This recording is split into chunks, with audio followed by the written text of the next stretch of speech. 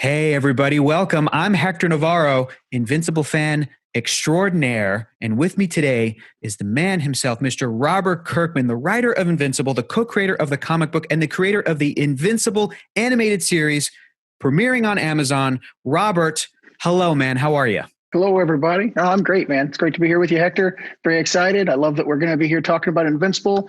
We're going to finally get to show some things to people that they haven't seen before, give some information out that they don't currently have.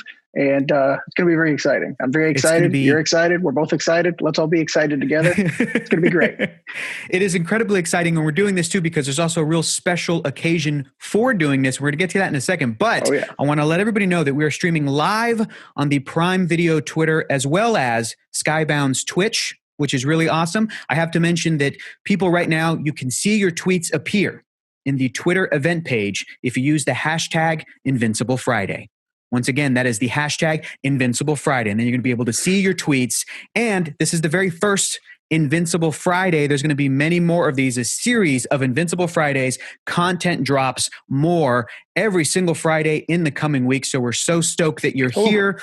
So let's just get into it. The reason that we're doing this, Robert, the very special occasion is that it is an anniversary right now in January for the very first issue of Invincible that was released way back when, January 22nd, 2003 was the first issue of the comic book, which is weird because that's 18 years, right? Is that 18 years? Yeah, but it doesn't, I'm doing the same thing your brain is doing right now. It does not feel like it was 18 years ago, but in case people don't know, it's my single favorite comic book series of all time. And the first issue alone is really, really special. It's a beautiful issue. It is incredibly fun and funny and efficient. You set up so much stuff in that first issue, Robert.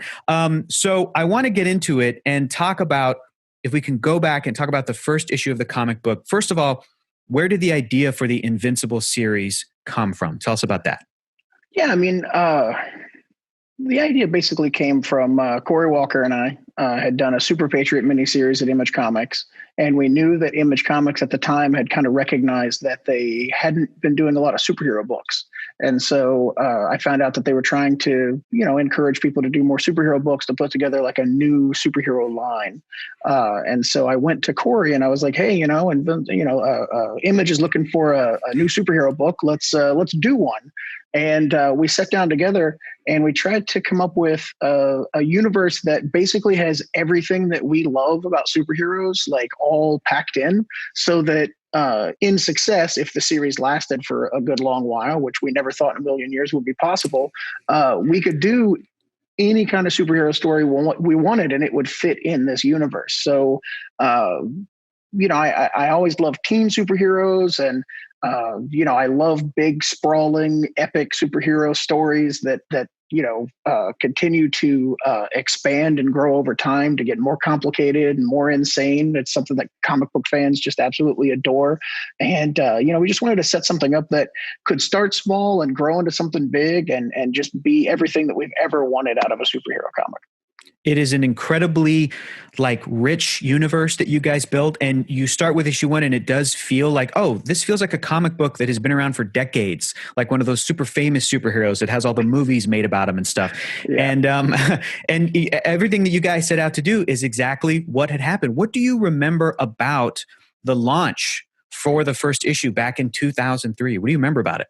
I mean, next to nothing. I think it was exciting because we were on the cover of the Previews catalog, which is a big catalog for comics. And, we were part of Image's superhero line. But in case young people are watching right now and they don't know what a catalog is, it's a book. There's paper and it would tell you what the upcoming comic books were. This is before the age of digital. So it's very exciting. Yeah. Yeah. No, it's a big paper book that told people how to order paper books. So if you're into paper books, that's the paper book to look at.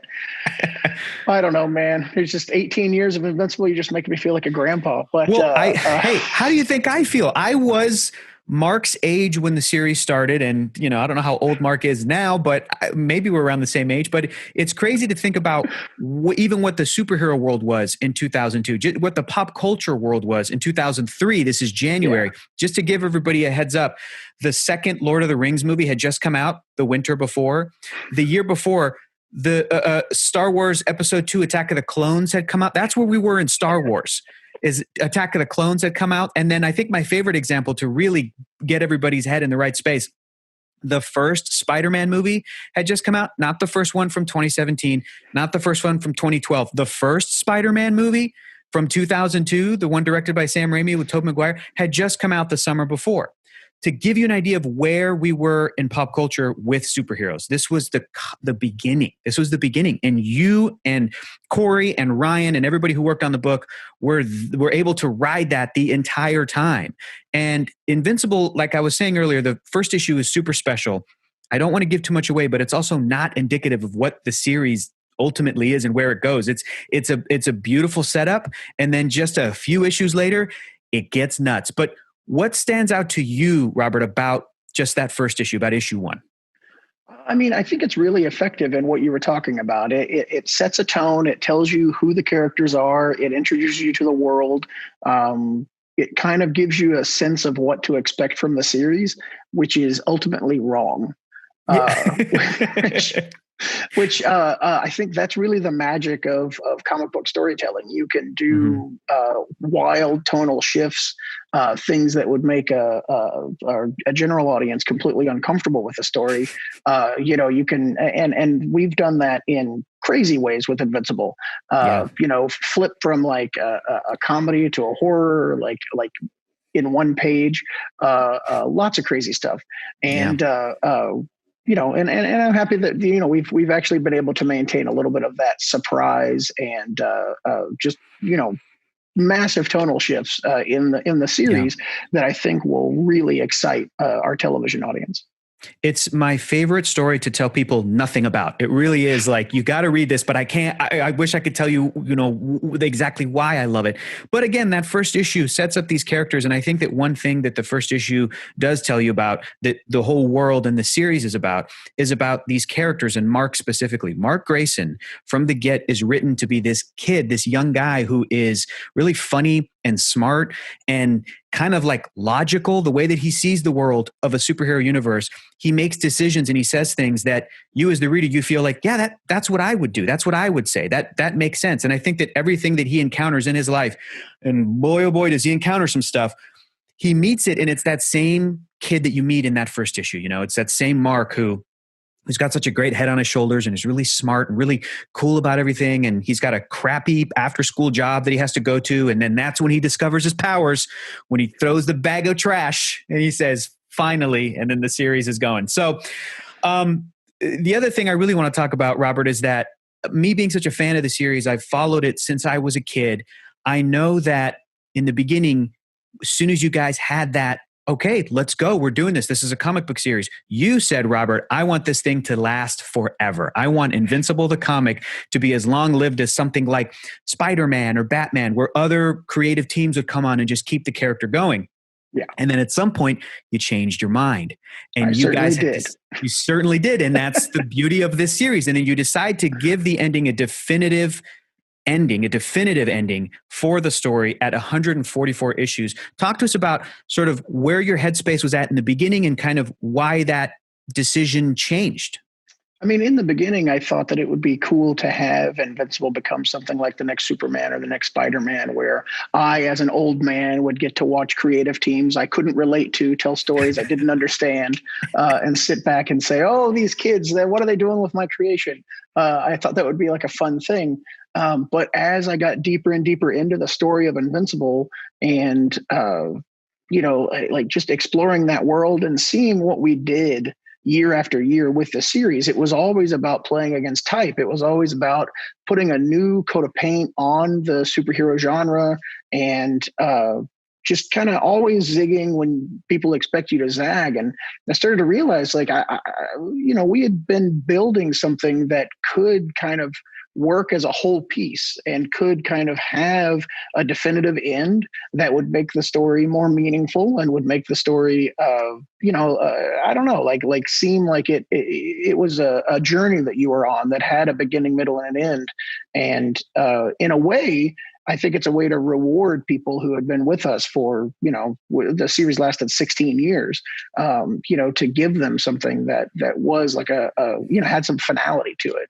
And I thought that was the best way to subvert what people expect from a long running superhero series. People don't expect long running successful superhero comics to end. And so that's when, we decided to do it. Absolutely. Yeah. Like I said, Robert, at first I almost felt betrayed because I too wanted to be a 90-year-old man who didn't understand the newfangled Invincible reboot, this and that, whatever. What? This is a hologram? I don't know. But then everything you just described, it's like, yeah, you're right. The series is something that when you're as sort of well-versed in the superhero canon with all the different characters that we have in our world, Invincible is this amazing, like nostalgic breath of fresh air. It's lives in that world, but it's like you said, it does everything. It's your sort of take on those stories. And I was ecstatic to know that you got to kind of make that call and bring in that finality. And I think it was awesome. And I think it makes the series all the more special. So we got some stuff we have to catch up on, Robert. We got some, you didn't think this was going to be, this is your life, Robert Kirkman. No, hello. Please. Yeah. It's all positive and compliments. And then, I enjoy this. Tell me more. And then you did Battle Pope. And then, okay. Okay.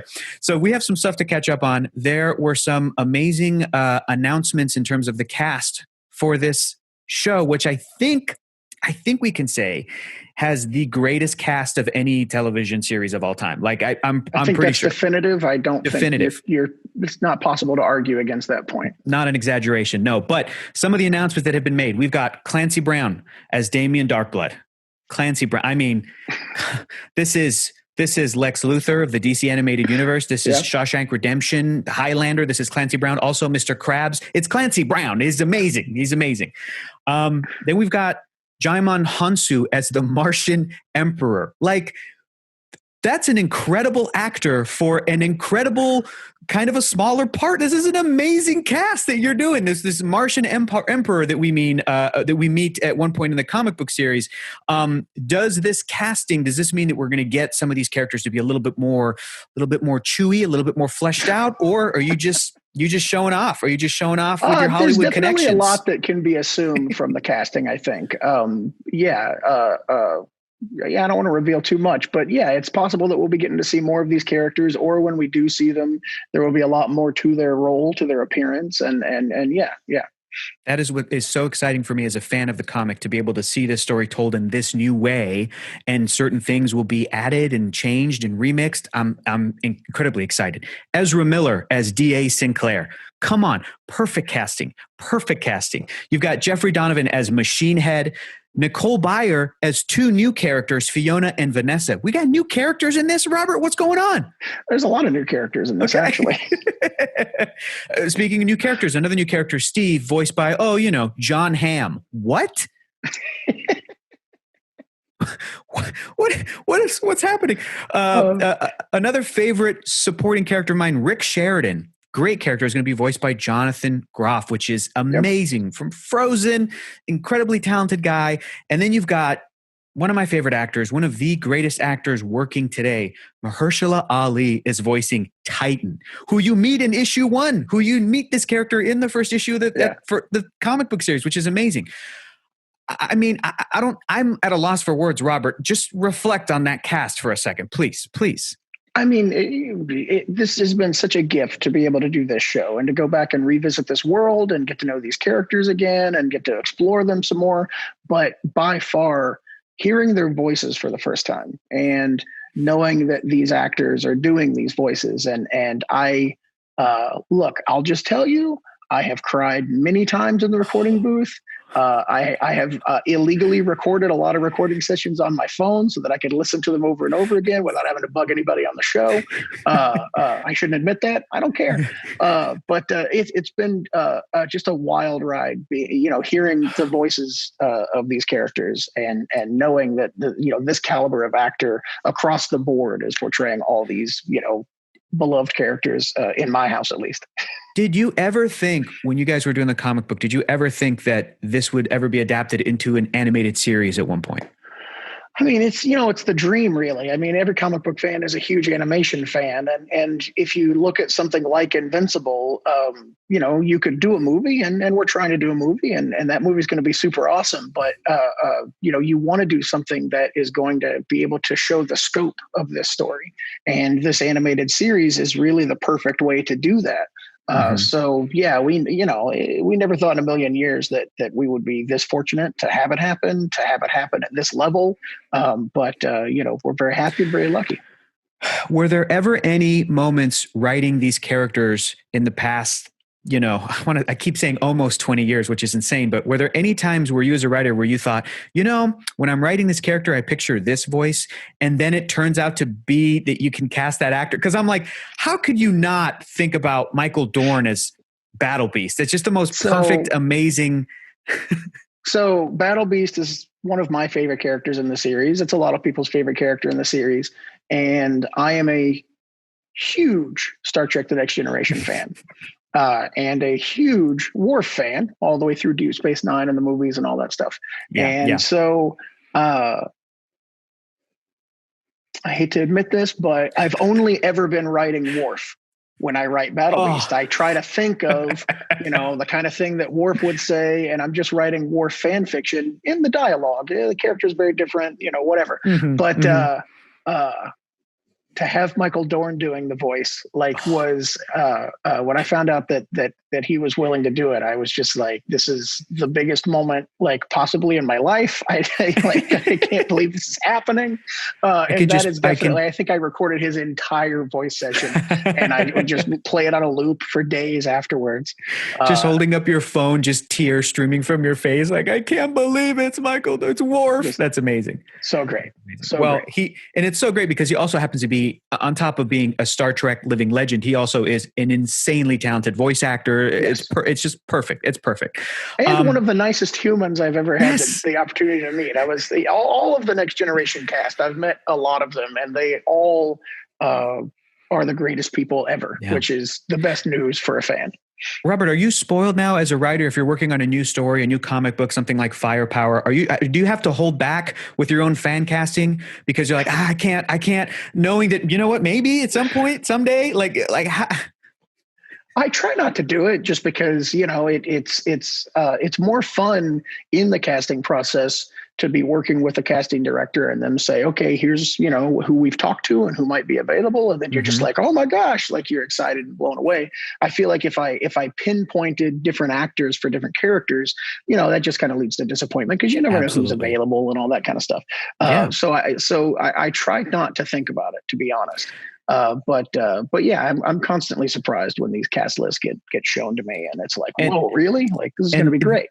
All of these actors are so insanely talented. I can't wait to see what they bring to these characters. Not that I already don't love these characters, but it's like, man, what their performances are going to do, what they can bring to life with these voices and these characters. I can't wait to see it. So, I mean, it's amazing across the board, and I can't say just how spectacular it is. I mean, even a character like Adam Eve that I've been writing for 16 years, that I feel like I know inside and out. Like when you hear Gillian Jacobs and how she portrays the character, and just different things that she does with her voice, it's just like, I finally know this character. This is crazy. I can't wait. I cannot wait. All right. Speaking of not waiting, I think the time has come, Robert.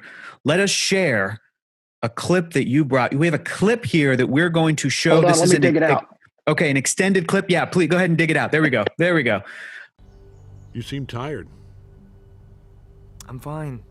Just got a lot on my mind, I guess. Oh, yeah? So, what is it? You're just gonna keep prying if I'm evasive at all, so, I'm scared, Dad. What if I can't do this? You hear it? I do. Get ready. Were you nervous? A little. But you caught it. I did. Being a superhero is no different. This is the beginning of a long journey for you and me. Along the way, you're going to need to do things you don't want to do, or might not think you can do. It's okay to be scared. It's natural to doubt yourself. But if you can push through that and do what needs to be done, You'll do just fine. You think you can do that, Mark? Yeah.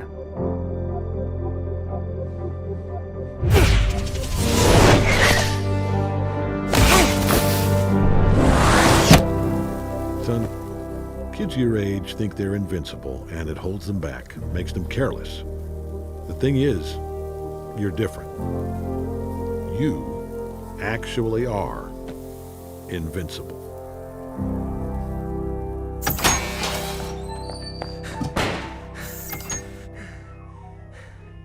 Got it.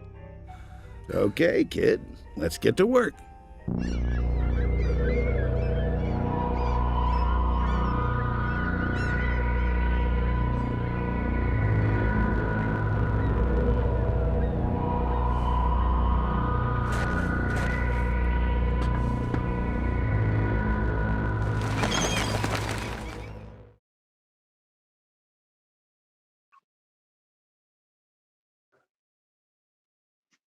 Well, Hector? Wow.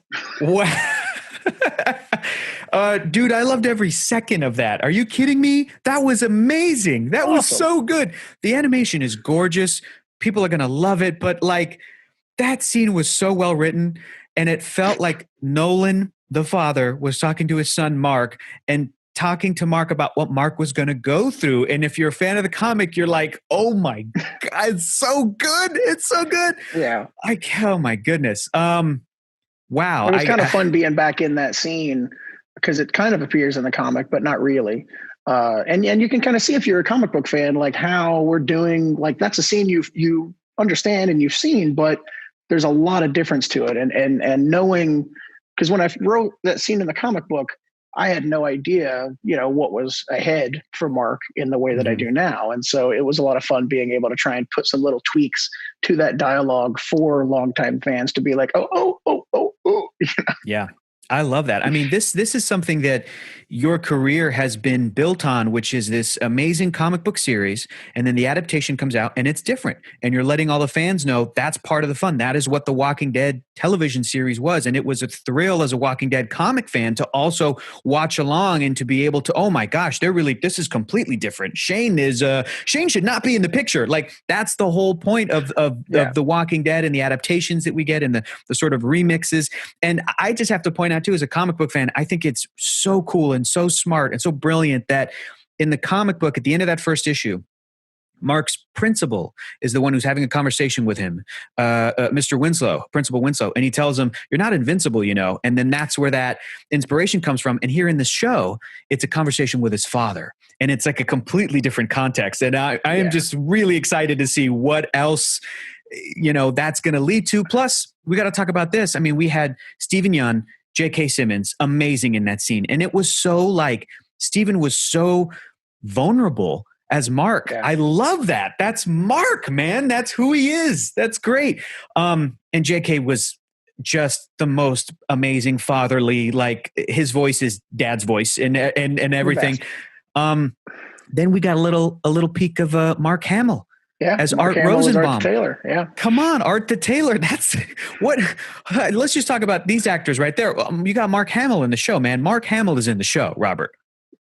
Yeah, it's still it's very much a pinch yourself kind of situation, yeah, I mean, and just again, the nicest guy and such a talent, brought so much to that role. Being able, I had a long conversation with Mark Hamill before he started doing the voice about what I saw from Art Rosenbaum, and like he tried out a bunch of different voices. Like, what do you think of this? Do you think of this? Do you like this? Do you like this? And it was just the whole time in my head I'm going, I'm talking to Luke Skywalker. I can't believe I'm talking to Luke Skywalker. And he's been a Joker. He's done many other things. And he's just an absolute legend. But yeah, just it's amazing to have all these people be a part of it. Mark Hamill is just extra special and has been fantastic. And you guys will see that Art is a essential character to the show, and Mark really brings it. I love it, man. I love the cast of the Invincible series in the comic. I love each one of the supporting characters. Robert, you yourself acknowledged, like, yeah, everybody's favorite character is Battle Beast and these weird kind of crazy villains that are introduced and these secondary, tertiary characters. And when we get to the sort of core of these characters, you've got Mark, you've got Nolan, you've got Debbie, you've got Art. Eve.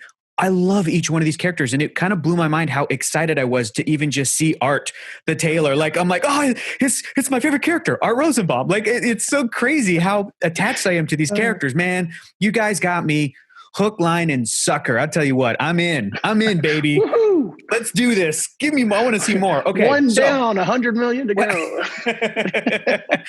All right. So now comes an incredibly exciting moment. Robert, you are going to drop the release date for the Invincible TV series for us right now. Yeah. Are we supposed to? What it says in the script. That's what you're going to do, Robert. I don't feel like it. Let's not do it. Okay. Oh boy. Let's save it. Let's save it for a few more weeks. What do you think? I feel like people haven't waited enough to know exactly what day this series is finally going to debut. It's this year at least. It's 2021. I'll say it's this year. I'll say it's in the first half of this year. Can we get away with that? Can we just stop there? It's the first half of this year, guys. Come on. First half of 2021. What else do you need? I've never done this before, Robert, and I can't imagine I'll ever do it again. But okay, damn it, man. Come on. You're killing me. Okay. Robert Kirkman. Okay. Invincible on Amazon Prime, Friday, March 26th. Yes. Yes. And this is incredibly exciting. It's not just one episode release on that Friday, correct? What do we got? We're debuting 3 episodes, the first 3 episodes on March 26th, and then every episode will continue weekly after that through the 8-episode run. So you'll get 3 episodes, get to know the series, and then every Friday you get a new episode, exactly how they launched The Boys season 2 at Amazon, which is a spectacular show. And I can't commend this release schedule enough. I think that a lot of people, may have complained about The Boys launch for season 2 just because they're just hungry for more of that stuff. But when you release the entire season on the same day, the conversation that you have with your friends is always, oh my gosh, have you watched this? It's spectacular. Oh, I'm only on episode 3. Where are you? I'm on episode 2. And then the conversation stops and no one talks about the show. But when you do it this way, you get to experience it week to week, and people have time to consume the show, and then everyone's on the same page, and you get to talk to your buddies like, oh my God, this happened. Can you believe when that guy's head exploded? And oh my God, I didn't know they were going to kill that character. I'm not saying these things are going to happen in Invincible, but they're probably going to happen in Invincible. So, I can't wait. And the other exciting thing is that every week those viewers can join that conversation with hashtag Invincible Friday for the live tweets with the cast and the crews. That's something that's happening. That's awesome. It's going to be great. Oh my God. I can't wait to be doing it. I'm going to be doing reactions, watching each episode with my friends. I cannot wait. I'm going to be hashtagging so much. Yeah. Oh yeah. There's going to be some hashtags. But Robert, when are we going to be able to see an official trailer for the Invincible animated series?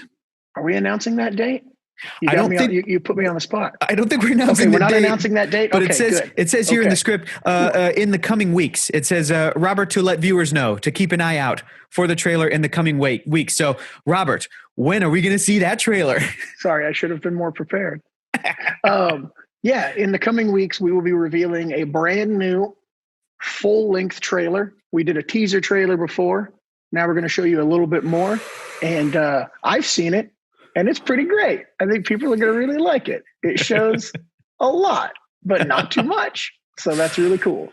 Oh my gosh. I mean, if you think about the teaser trailer, like, we hid so much. We held so much back. There are so many characters that you do not even see in that teaser trailer.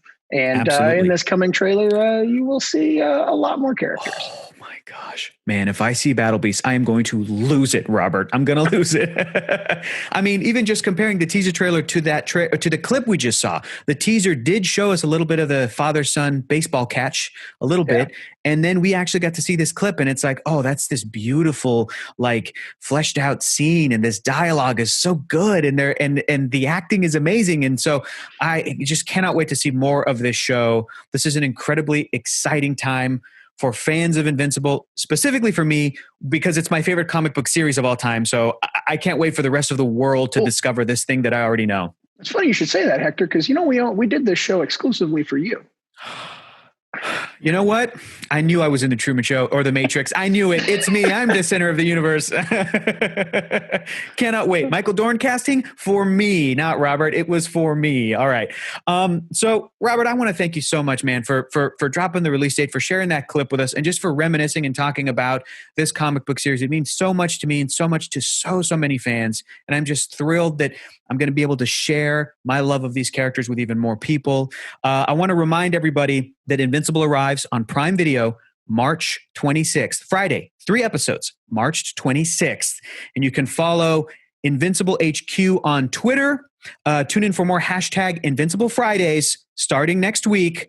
And be sure to subscribe to YouTube channel with me and my buddies, Heroes Reforged. We're going to be giving you a bunch of Invincible news and content. We're reading the comic book series right now from the beginning so that you can go back and catch up with us. It has been awesome. It's been amazing. So go check that out on YouTube. And once again, Robert, thank you so much, man. This has been awesome.